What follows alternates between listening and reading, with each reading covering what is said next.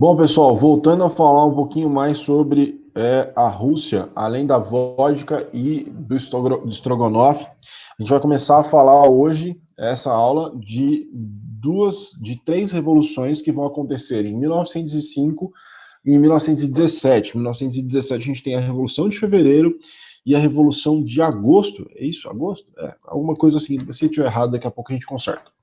Bom, antes, só voltando um pouquinho, a gente falou sobre o czarismo e o Império Russo, a gente falou sobre a extensão territorial da Rússia, os grupos étnicos que viviam nessa região, e a gente falou da questão industrial. A gente conceituou um pouquinho sobre o que era anarquismo, o socialismo e o comunismo. Além disso, a gente falou sobre o Partido Operário Social Democrata Russo, que está aqui, ó, nesse símbolo aqui, certo?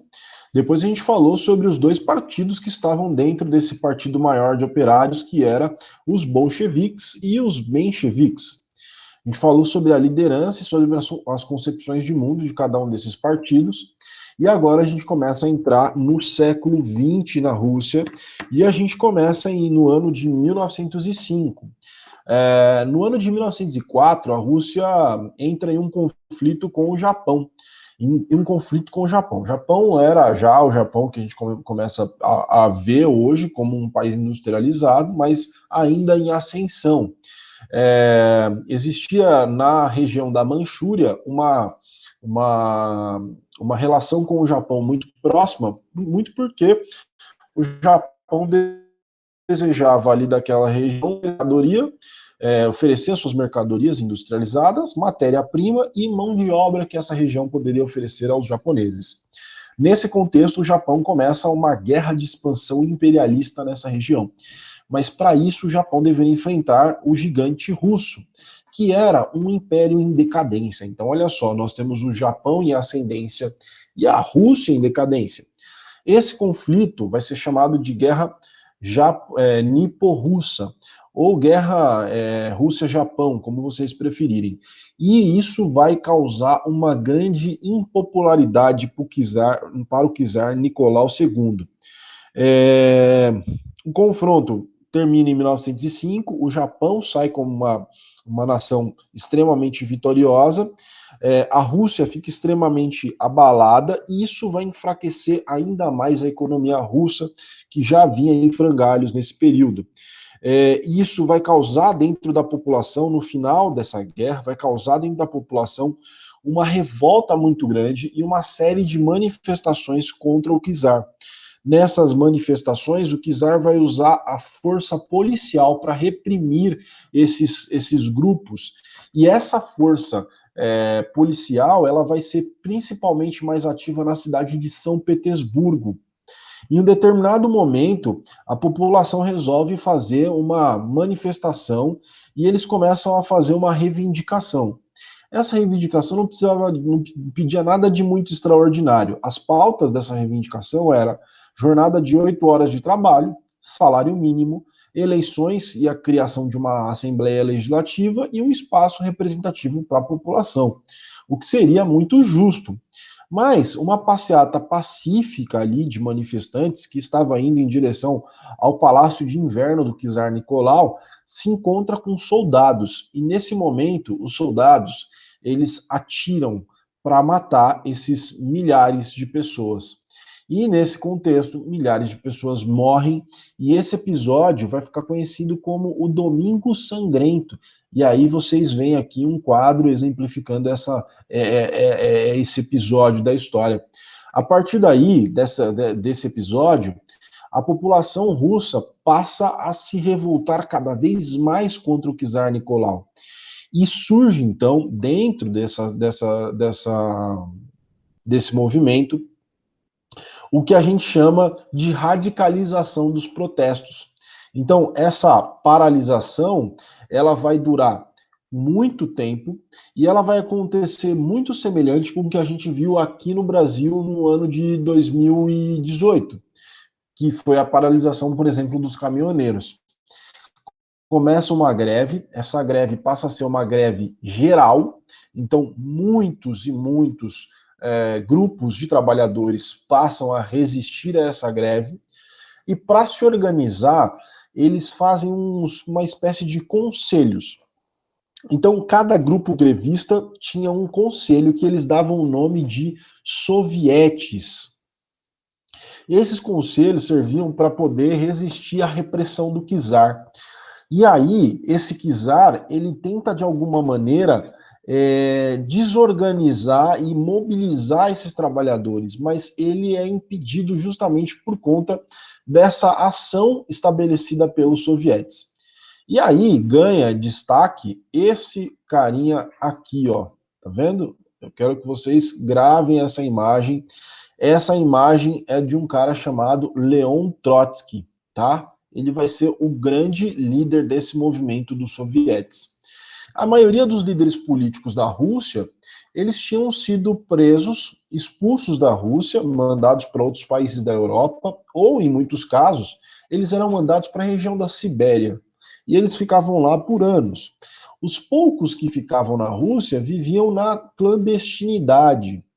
Bom, esses membros dos sovietes, eles realizavam tarefas assim, né? Eles lutavam por questões salariais, participação política, melhores condições de vida, redução da jornada de trabalho, né? Mas eles também organizavam as greves, eles auxiliavam nas negociações, eles, principalmente entre patrões e empregados, eles faziam publicações de jornais, eles vão fiscalizar a ação do governo, enfim, eles vão cuidar, inclusive, do abastecimento, do trânsito e da iluminação pública. Esses sovietes eles vão ser extremamente influentes. No final de 1905, o czar Nicolau ele cede à pressão dos sovietes, isso é uma grande vitória. Ele dá um passo para trás para depois dar 2 passos para frente, a gente vai ver isso com mais calma. Mas olha só que interessante, ele vai criar a chamada Duma. O que era a Duma? A Duma era como se fosse ali um parlamento. Esse parlamento ficava em São Petersburgo e ele tinha como base a representação popular. A Duma tinha a legalização dos partidos políticos como base, então partidos como os bolcheviques e os mencheviques passam a ser partidos legais na Rússia, e ele vai estabelecer também as eleições parlamentares. Por que eu falei que dá um passo para trás para dar 2 para frente? Porque, apesar dessa legalização dos partidos políticos, o czar Nicolau ainda continua exercendo um grande poder sobre toda a população e também continua exercendo um grande poder sobre esse parlamento. Então, é uma reação do czar Nicolau para poder se manter no poder. A Revolução de 1917, ela tem como principal motivação a situação que a Rússia vivia na Primeira Guerra Mundial. Eu fiz um vídeo aqui no canal para vocês falando um pouquinho sobre a Primeira Guerra Mundial, então vale a pena, se você não assistiu o vídeo, pausa esse vídeo agora, vai lá no vídeo que eu fiz sobre a Primeira Guerra Mundial, assista, veja os envolvidos, veja por que a Rússia entrou, e aí sim você continua nesse vídeo aqui. Bom, o que eu quero que vocês entendam é que a situação de 1905 para 1917 não mudou muita coisa, pelo contrário, só piorou. A Rússia resolve entrar numa guerra mundial, e aí ela entra numa guerra mundial com 15 milhões de soldados, que eram chamados de coletes humanos.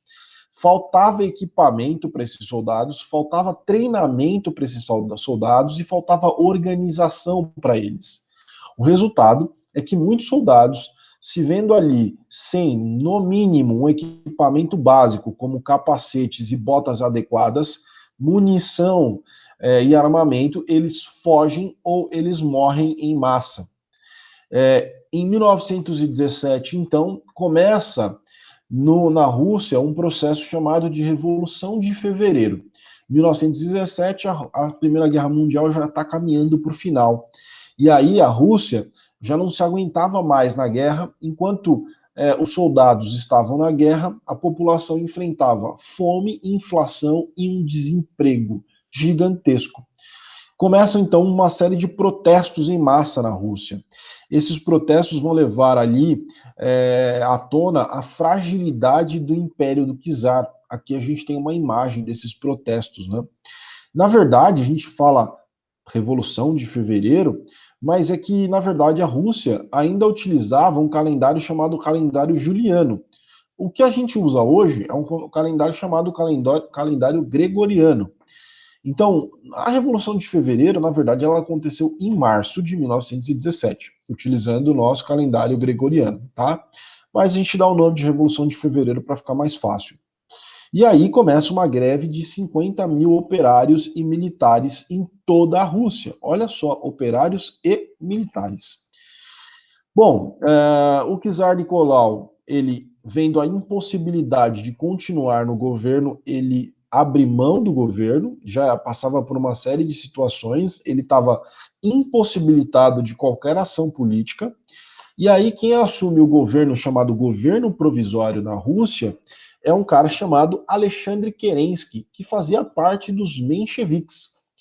O Alexandre Kerensky, ele faz algumas propostas que são chamadas de reformas populares, como, por exemplo, o fim da censura, a liberdade dos presos políticos, mas muitas coisas, ainda que estavam sobre as pautas, etc., ainda faltavam. O Kerensky era conhecido como um governo liberal, mas mas os políticos eram conservadores ainda na Duma. Isso gerava uma tensão entre a Duma e o governo do Kerensky. Bom, ainda existiam ainda pautas muito sérias a serem tratadas na Rússia, como, por exemplo, a reforma agrária, que era uma coisa que afligia os trabalhadores do campo, e que a gente viu lá na primeira aula que não fazia parte da proposta dos mencheviques, e como ponto principal, a saída definitiva da Rússia da guerra. Tá? O Kerensky, ele não vai ter articulação política. E aí, então, começa a chamada Segunda Revolução. Essa revolução, ela vai ser chamada de Revolução de Outubro, que aconteceu em novembro. Essa revolução, ela começa em abril, na realidade, com muita força, graças à figura desse cidadão aqui chamado Vladimir Lenin. Lembra lá da primeira aula que a gente falou sobre a Revolução Russa? Então, tá aqui. O Vladimir Lenin estava lá naquela primeira aula. Ele vai trazer uma teoria muito interessante chamada de pão, de paz, pão e terra. Esses três itens, eles têm uma significância muito importante. Paz, no sentido de que a Rússia sairia da guerra, da Primeira Guerra Mundial, e esse era o primeiro item de ação. O pão seria o fim da grande inflação, a baixa dos preços dos alimentos, né, a distribuição de alimento, e terra, a ideia de reforma agrária. Tá? Essas eram os três pontos de partida. Esses ideais, né, eles eram estabelecidos também por uma outra bandeira levantada pelo Lenin, que era todo o poder aos sovietes. Então, esse todo o poder aos sovietes, se você não lembra o que eram os sovietes, é importante você voltar um pouquinho para a gente poder entender qual era a importância desses sovietes, principalmente a partir de 1905. Obviamente, ele vai ter que contar com o apoio de outras pessoas para poder conseguir tomar o poder na Rússia. E aí ele vai contar com a figura do Trotsky como o líder dos bolcheviques e principalmente o líder dos sovietes, né? Mas ele vai contar também com uma outra figura que depois se torna uma grande figura do ponto de vista histórico e um genocida master do socialismo, que é o Stalin. Os russos vão começar uma guerra e eles conseguem, nesse primeiro momento, retirar a Rússia da Primeira Guerra Mundial, fazendo um acordo que não foi nada louvável para os russos, mas que de alguma maneira conseguia tirar a Rússia da Primeira Guerra Mundial. Outra coisa que eles vão conseguir vai ser essa negociação entre os salários e as condições de salário dos trabalhadores. Isso vai acontecer por volta ali de 6 para 7 de novembro, que é quando inicia aí esse processo de revolução. Os bolcheviques chegam ao poder definitivamente em 1917, Isso vai ter um significado extremamente gigantesco para a história, porque é a primeira vez que um governo tem como principal base o fim das desigualdades sociais e tem como participação ativa a figura dos trabalhadores. Falando, isso é um marco. Se a gente for pensar que os governos, até a Revolução Francesa, e eu fiz uma série de aulas sobre a Revolução Francesa, que são muito boas, vale a pena você olhar também. Se a gente for pensar que até a Revolução Francesa, os governos eles eram feitos por governos, por absolutistas, que tinham como base e justificativa a sua figura central, né, enfim, o seu nascimento, é a primeira vez na história, depois desse momento, vem os governos da burguesia e da propriedade privada e dos donos do capital e dos meios de produção.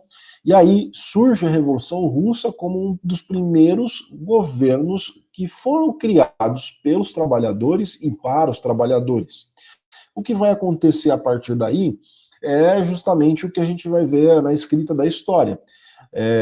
Mas o início desse governo é um início que fala muito sobre essa questão da divisão social, das lutas pela população, do poder mais voltado para esse grupo.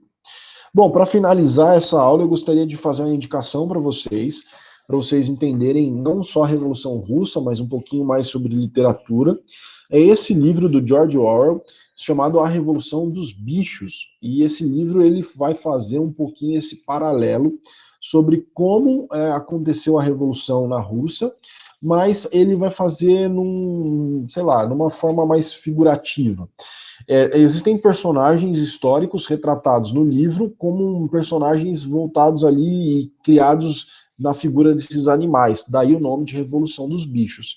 Para quem não sabe, o Orwell ele era um escritor de esquerda, ele era um socialista convicto, mas quando ele olha a Revolução Russa, ele vê que alguma coisa tinha de errado nesse movimento. E aí então ele começa a criar e denunciar esse movimento como um movimento que faria muito mal de maneira geral à luta dos trabalhadores e que de alguma maneira criou dentro do consciente coletivo uma impopularidade muito grande, certo? Bom, pessoal, eu termino por aqui. Espero que vocês tenham gostado aí da aula e que vocês assistam outros vídeos. Muito obrigado, até a próxima.